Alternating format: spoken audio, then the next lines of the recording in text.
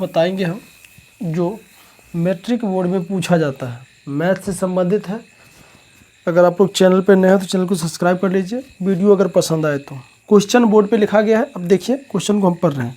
कह रहा है एक वृत्त के चतुर्थांश का क्षेत्रफल ज्ञात कीजिए जिसकी परिधि दिया गया है। एक वृत्त के चतुर्थांश, देखो वृत्त क्या होता है पहले इसके बारे में हम लोग समझते हैं, उसके बाद देखिए ना दिया क्या है, पहले देख लो दिया क्या है। देखिए ये दिया क्या है, देखो एक वृत्त का चतुर्थांश का क्षेत्रफल ज्ञात करना है मेरे प्यारे बच्चों। उसका परिधि दिया गया, क्या दिया गया है, तो परिधि दिया गया है। तो पहले हम लोग कहेंगे कि वृत्त का परिधि नहीं, उसके बाद क्या होता है कि वृत्त का परिधि, परिधा हो गया नहीं, परिधि, परिधि कितना दिया गया है, तो परिधि दिया गया 22 सेंटीमीटर। वृत्त का परिधि होता है 2 पाई आर, बराबर आपको दे दिया 22। कोई दिक्कत?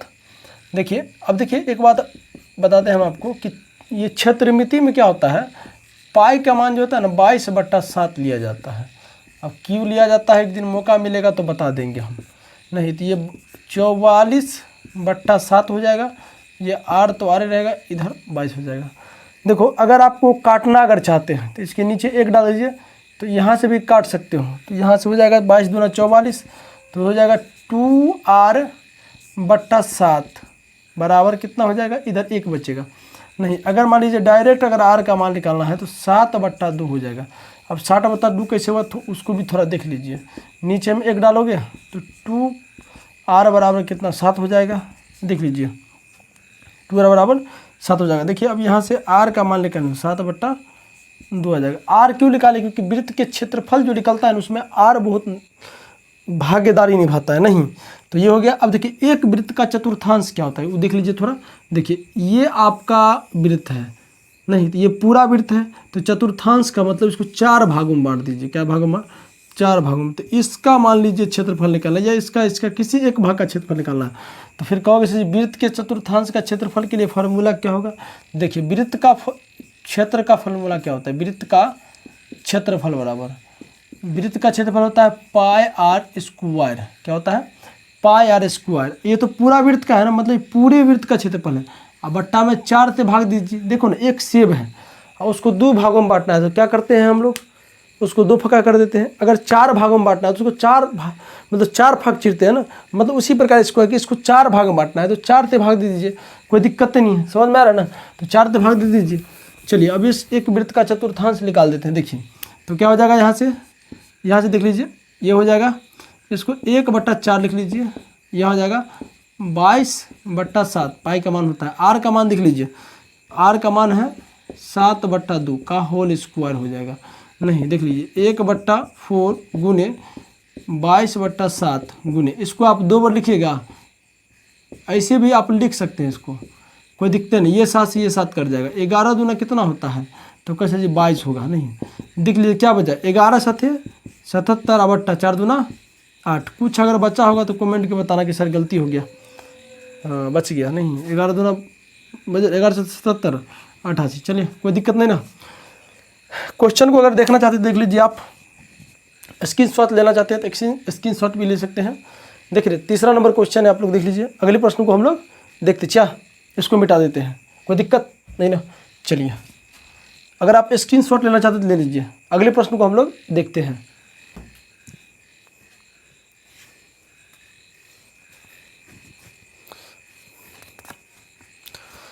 मेरे प्यारे बच्चों अगला प्रश्न ये जो बोर्ड पे दिखाई पड़ रहा है, कह रहा है अभाज्य गुणनखंडन विधि द्वारा 96 तथा 404 का मौसो ज्ञात करें तथा कह रहा है लॉसो भी ज्ञात करें। मौसो लॉसो क्या होता है, मतलब एलसीएम एलसीएफ क्या होता है। चलिए कौन कौन संख्या का बोला है तो देख लीजिए।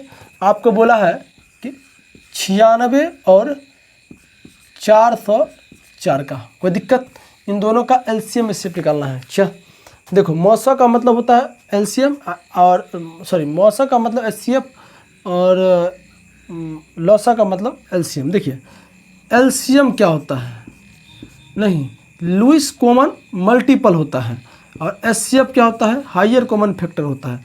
कहने का मतलब वो सबसे छोटा, एलसीएम का मतलब होता है कि वो सबसे छोटी संख्या दी गई संख्या से पूरा पूरा कटना चाहिए।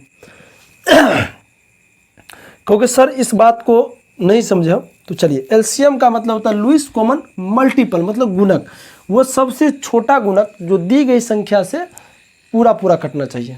क्या? तो चलिए अब आप लोग को इसको भी निकाल के दिखाएंगे, थोड़ा समझ लीजिए कैसे होगा। देखिए आपको हमने बोल दिया कि 6 और 4 का एलसीएम ज्ञात करना है, तो 6 और 4 के बीच में से एक ऐसी संख्या को निकालना, बीच में से नहीं, मतलब 6 और 4 का एक ऐसी सबसे छोटा गुणक ज्ञात करना है जो दोनों संख्या से पूरा पूरा कट जाता हो, जो दोनों संख्या से पूरा पूरा कट जाता हो और वो सबसे छोटी होना चाहिए। एक और देखो गुणक का मतलब क्या होता है। देखिए अगर मान लीजिए 6 का गुणक बोल दे, 6 का गुणज या गुणक, 6 का गुणज का मतलब होता है 6, मतलब जो 6 का पहाड़ा में आता हो, 6 12, छक्का 6 6 2 12, 6 3 18, 6 चौक 24, इधर था। अब 4 का गुणज भी तो 4 का 4, 4 दूना 8, 4 का 4 4 8, 4 तिया 12, क्या होता है 4 तिया 12। दिमाग अब लगाने वाला चीज़ है कि 6 के पहाड़ा में 12 आ रहा है और 4 के पहाड़ा में भी 12 आ रहा है, तो तुमसे पूछ दिया जाए कि 6 और 4 का एलसीएम क्या होगा, एलसीएम ऑफ 6 और 4 का, तो कहोगे सर जी 12 होगा। क्या होगा? 12। कितना होगा? तो 12 होगा। 12 देखिए ना, 12 4 से भी पूरा पूरा कर जाता है, 4 तिया 12, और 6 से भी पूरा पूरा कर जाता है। वो सबसे छोटा गुणक लेना है। नहीं, एचसीएफ में भी इसी प्रकार से होता है। नहीं, चलिए हम दोनों इस दोनों संख्या को बनाने का प्रयास करते हैं। देखिए एग्जाम में जो क्वेश्चन है ना, एग्जाम में जो क्वेश्चन है सब्जेक्टिव टाइप पूछता है। किस तरह? सब्जेक्टिव टाइप क्वेश्चन पूछता है, सब्जेक्टिव में बनाना पड़ता है। तो तुमसे बोला अभाज्य गुणनखंडन विधि से कह रहा है बनाने के लिए। किसके? अभाज्य गुणनखंडन विधि से। देखिए तो सबसे पहले 96 का अभाज्य गुणनखंडन क्या होगा, तो आप लगाइए इसको ऐसे, 2 से लगाओगे तो 4 होगा, नहीं ये 3, 43 तो किसी से कटेगा नहीं, मतलब संख्या को तब तक तोड़ते रहना जब तक एक अभाज्य संख्या नहीं आ जाए। नहीं तो ये हो जाएगा नहीं। अब 404 का कहिए, 404, ये देखो मेरे प्यारे बच्चों, आपका अभाज्य गुणनखंडन यही हुआ। नहीं, अब 404 को करिए, 404 का हो जाएगा कितना, 2, तो 2 और 2, फिर 2 से लगा दो, 101, 101 अभाज्य संख्या है, तो 2 गुने 1। चलिए अब इन दोनों का क्या करना है, हम जो है दोनों का अभाज्य गुणनखंडन निकाल दिए। क्या कर दिए? अभाज्य गुणनखंडन कर दिए। देखिए अभाज्य गुणनखंडन हम लोग कर दिए। अभी दोनों संख्याओं का एलसीएम निकालना है। तो सबसे पहले अगर मान लीजिए एचसीएफ की कहा है निकालने के लिए, तो एचसीएफ जैसे हम लिख रहे हैं वैसे लिखना है एग्जाम में। एचसीएफ ऑफ 96 और 404 का, एचसीएफ ऑफ 96 और 4 का। देखिए ना, जो दोनों में मिलेगा ना वो एचसीएफ होता है। तो इसमें भी 2 मिल रहा है, इसमें भी 2 मिल रहा है, तो ये इसका एचसीएफ हो जाएगा। फिर कहोगे एलसीएम क्या होगा सर, तो एलसीएम को भी इसी तरीका से लिखना है, लेकिन निकालने का तरीका कुछ अलग है। क्या? चलिए एलसीएम में जो दोनों में मिले उसको तो लेना ही है, जो नहीं मिले उसको भी ले लेना है। क्या बोले? देखिए एचसीएफ में क्या है कि जो दोनों में कॉमन आए उसी को लेना है। अगर मान लीजिए 2 आए, सर जी कहे अगर मान लीजिए 3 भी आ जाता तो 3 भी ले लेते, गुना करके लिख देते। उसी प्रकार से एलसीएम में जो दोनों मिले उसको तो लेना ही है, जो दोनों में नहीं मिले उसको भी लेना है। तो मान लीजिए यहाँ 43 को भी लेना है, नहीं गुना इसको भी लेना है और गुना इसको भी लेना है। देखो कंपटीशन लेवल में जब मैथ पढ़ोगे ना तो वहाँ अलग विधि होता है बनाने का, मतलब आंसर सेम ही आता है, लेकिन वहाँ शॉर्टकट विधि बताया जाता है। मेरे प्यारे बच्चों शॉर्टकट विधि आपको यहाँ पे नहीं लगेगा, क्योंकि यहाँ पर प्रोसेस से क्वेश्चन पूछता है बनाने के लिए, तभी जाके आंसर मिलेगा आपको। वहाँ पर शॉर्टकट बना के आओगे तो एक भी नंबर एग्जाम में नहीं देगा। तो अब गुना कीजिए तो ये कितना हो जाएगा, 404 हो जाएगा। देखो ना 202 को 2 से गुना करेंगे 404, और 404 को 43 से गुना कीजिए। नहीं तो 43 से गुना करोगे, कर देते हैं क्या कहें, तो 404 और 43 को गुना करो तो कितना होगा, 404 तिया कितना होता है, 4 तिया 12 और 4 तिया 12, 4 तिया 12 और 4 तिया 12, 4 चौका 16, 6 हासिल 1, 16 हो जाएगा, 4 चौका 16, 2 7 3 7 1। इसका आंसर हो जाएगा 17 37 2। देखो इन दोनों का एलसीएम निकल गया। मेरे प्यारे बच्चों अगर कुछ भी हमसे मिस्टेक हो रहा है तो इसके लिए क्षमावर्ध है। आप लोग ये नहीं समझिएगा कि सर जी को नहीं बनाने आता है, हमको बनाने आता है, लेकिन कुछ भी अगर मिस्टेक हो गया हो, मान लीजिए मिस्टेक तो नहीं होना चाहिए, लेकिन कुछ भी अगर मिस्टेक हो गया होगा तो उसको क्या करना है आप लोगों को कि सुधार कर लेना। लेकिन बनाने का यही प्रक्रिया है, अभाज्य गुणनखंडन विधि द्वारा, मतलब अभाज्य गुणनखंडन विधि द्वारा 96 और 404 का एलसीएम इतना होगा, एचसीएफ 2 होगा, कोई दिक्कत नहीं ना। तो चलिए अब हम लोग अगले प्रश्न को देखते हैं। मेरे प्यारे बच्चों, अगला प्रश्न बोर्ड पे लिखा गया है, 5 नंबर क्वेश्चन है ये, नहीं चलिए क्वेश्चन है कि बिना लंबी विभाजन प्रक्रिया किए बताइए कि 7/80 परमेय संख्या के दशमलव प्रसार शांत होगा या अशांत होगा। देखिए क्वेश्चन बोर्ड पे लिखा गया है, तुमसे पूछ रहा है कि तुमको लंबी प्रक्रिया किए बिना, मतलब भागों को दिए बिना, देखिए आपको क्या करना है कि 7/80 को बताना है कि परमेय मतलब शांत होगा कि अशांत होगा। मेरे प्यारे बच्चों एक बार समझ लीजिए शांत क्या होता है, पहले हम लोग समझते हैं अशांत क्या होता है। अगर आप किसी संख्या में किसी संख्या से भाग देते हैं, जैसे 7 में अगर आप 2 से भाग देते हैं तो 7 पूरा पूरा कटेगा सर 3 बार में, तो मेरे प्यारे बच्चों ये हो जाएगा शांत। क्या हो जाएगा? शांत। चलिए अब आपको क्या करना है कि 10 में 3 से भाग देना है, तो 3 या 9 हो जाएगा, 1 दशमलव देंगे 0 आएगा, 3 फिर 9। देखो ना एक प्रक्रिया आपको नज़र आते होगा कि बार बार जो है ना खेलाकड़ी की तरह खेल करेगा ये, नहीं तो ये पूरा पूरा नहीं कटेगा। क्या करें? ये पूरा पूरा नहीं कटेगा, समझ में आ रहा है? तो ये पूरा पूरा नहीं कटेगा तो ये हो गया आपका अशांत। क्या हो जाएगा? अशांत। तो आपको किसी भी संख्या को देखकर बताना है कि शांत होगा कि अशांत होगा। चलिए हमने इसके लिए फार्मूला बता चुके हैं, नहीं जानते हैं तो बताइए, मतलब हम बताने का प्रयास करते हैं कि किस तरीक़ा से ये लोग चूज किया जाता है। चलिए देखिए, अगर कोई संख्या बट्टा में दिया रहे, और याद रखिए कि बट्टा में ही संख्या दिया रहेगा, आपको सिंगल संख्या को नहीं कहेगा कि शांत है कि अशांत है, मतलब शांत और शांत एक भाग की प्रक्रिया में होता है। तो आपको जैसे इस क्वेश्चन में बोला है कि 7/80 शांत होगा कि अशांत होगा, नहीं भाग नहीं देना है। ऐसा ही देखो, अगर कोई भी संख्या हो, मान लीजिए आपको कहेगा 343/80 को जब हम 343 में 80 से भाग देंगे कि शांत होगा कि अशांत होगा। तो मेरे प्यारे बच्चों इस टाइप के क्वेश्चन में नीचे वाला संख्या पर ध्यान देना है, नहीं नीचे वाला संख्या पर ध्यान देना है, नीचे वाला संख्या पर ध्यान देना है और उसको गुणनखंडन करना है, अभाज्य गुणनखंडन करना है। तो कितना होगा? तो कहोगे सही 40 होगा, फिर देखो कितना होगा 20 होगा, फिर 10 होगा और फिर 5 होगा, 1 2 3 4, मतलब 343 और 4 के पावर 2 के पावर 4 और गुने 5।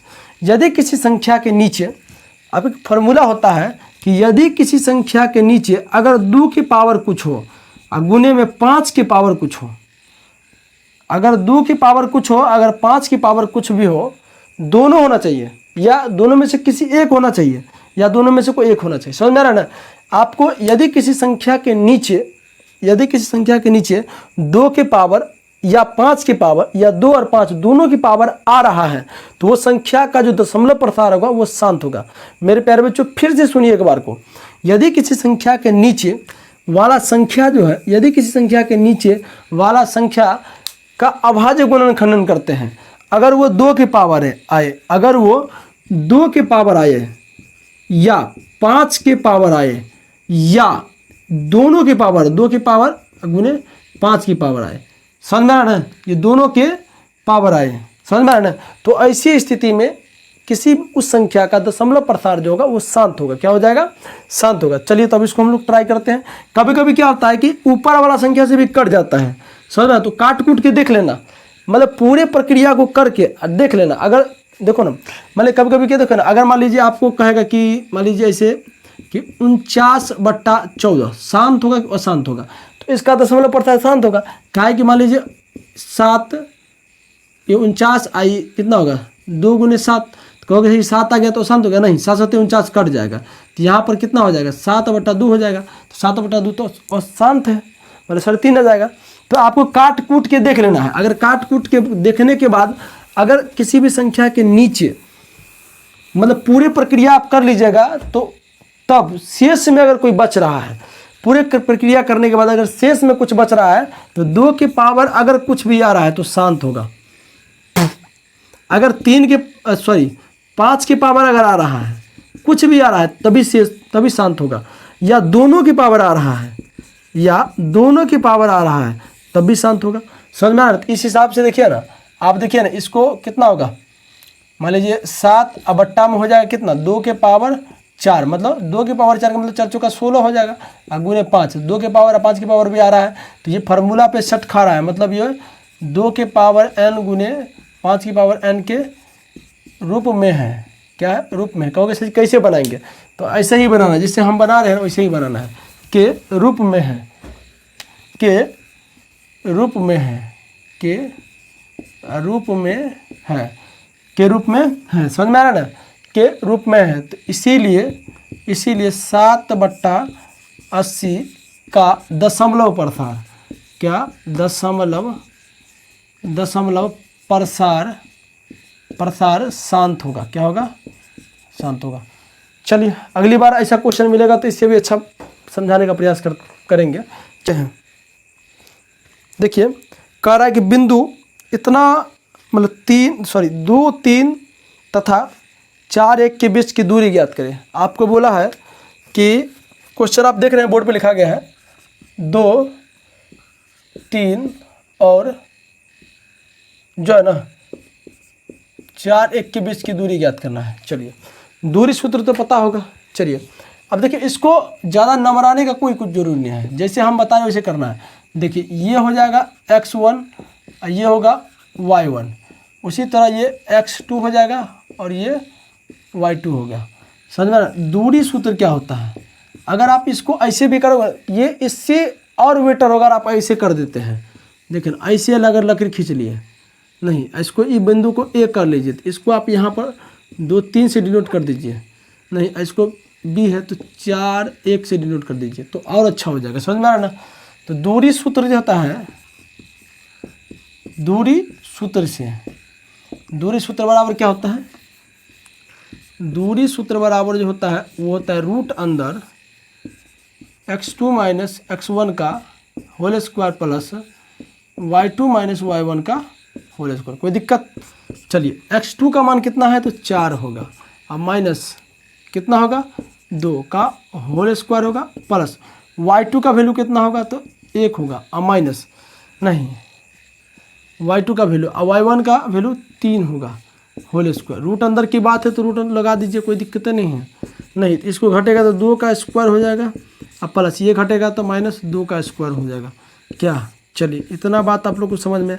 4 ये भी हो जाएगा 4 होगा ना, तो ये हो जाएगा रूट 4 रूट अंदर 8, इकाई कर देना है। क्या करना है? इकाई। यही आपका आंसर हो गया। स्क्रीनशॉट ले लीजिए या बना लीजिए। देख रहे हैं? तो चलिए अब हम लोग 6 तक बना दिए हैं। अगले प्रश्न को अगले वीडियो मिलेगा। अगर चैनल पे नए हैं तो चैनल को सब्सक्राइब कर लीजिए, क्योंकि इस प्रकार का क्वेश्चन मैट्रिक बोर्ड में पूछा जाता है। क्या? अभी के लिए विदा चाहते हैं। जय हिंद, जय भारत।